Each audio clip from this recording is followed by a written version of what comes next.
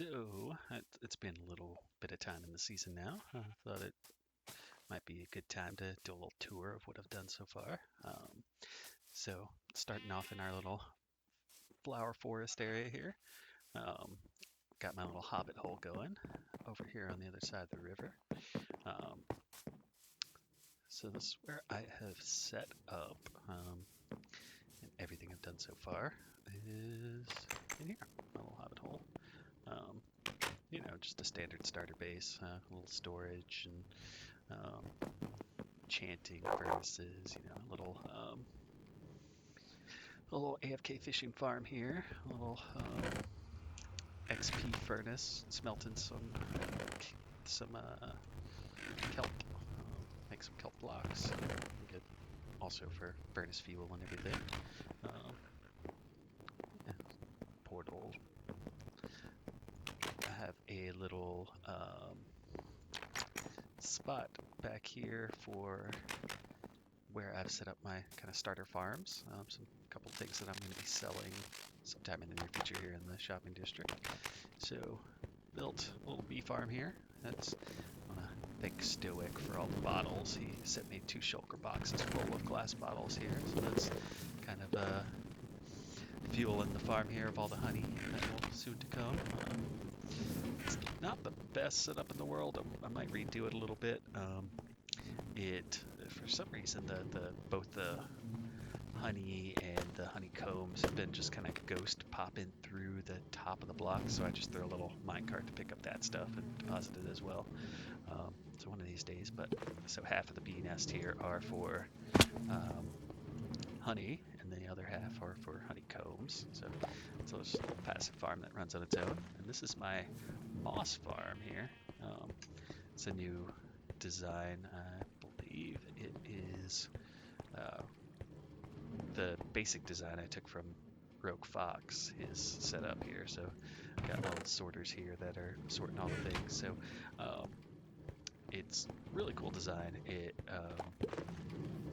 So it runs off of a couple of Etho hopper clocks here. So this is the first one. This is kind of the main control center of the whole thing. So it starts off and it's running on a 3 item timer, and that runs into this rising edge pulse restrictor. So that turns the signal from this redstone block into a single pulse. So it hits the piston, you just get a pulse off of it. So that pulse will kick the stone generators here, so they're pushing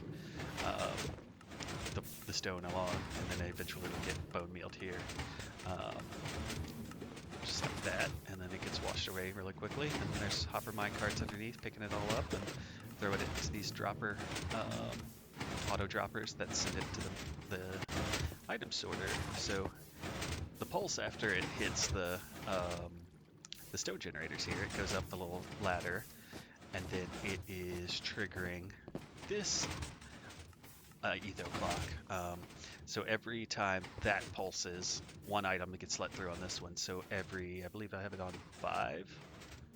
Yeah, I got it on 5 right now. So every 5 pulses of the stone generator down there, this one gets let go. And it triggers off another rising edge pulse limiter here. So it sends a single pulse over here.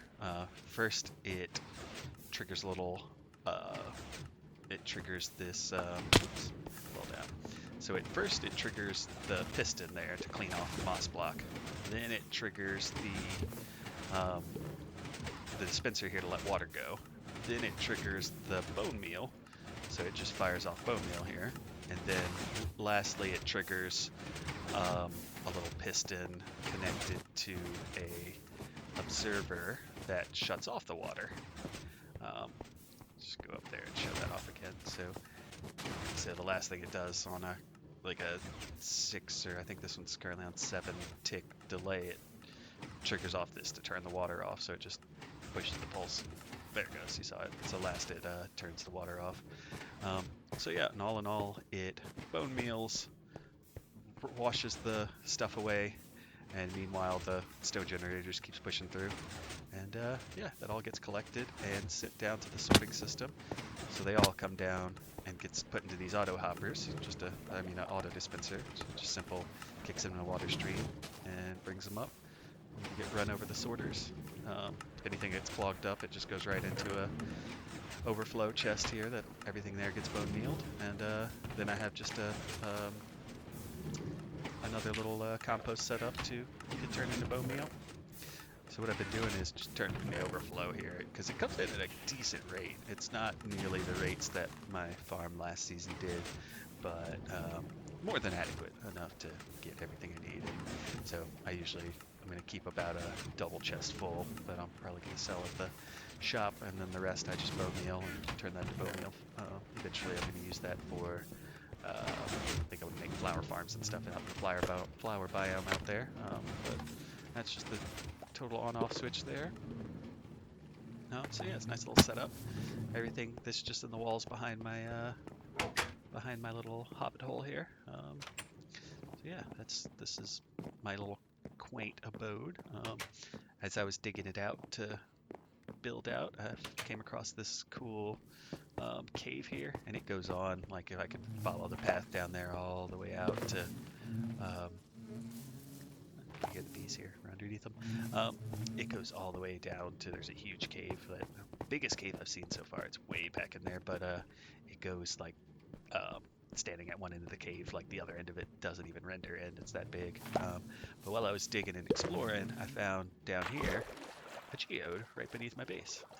So I've kind of cleared the geode out enough, just leaving the budding blocks behind. So I come in here and harvest every once in a while. Whenever they all grow to this point, then I can harvest them with a fortune pickaxe, and that's something else I'm planning on selling. Normally they grow pretty slowly, but having it just beneath my base, it's kind of, while I'm in here, always loaded, so always growing. So yeah, it's a pretty nice little setup there, and so yeah, so far I've been harvesting it and gotten a pretty good yield. Here we go. Yeah, this is what I've gotten out of that so far. Like, I cleared out everything but the budding blocks, and been saving the calcite. Maybe I'll use that in my future build, but I'm gonna sell these amethyst shards and amethyst blocks in my little shop whenever that comes up, along with honey and moss and kind of hobbity type things. But yeah, that's kind of my spot thus far. Not anything too grandiose, but feeling good about it thus far. Cheers.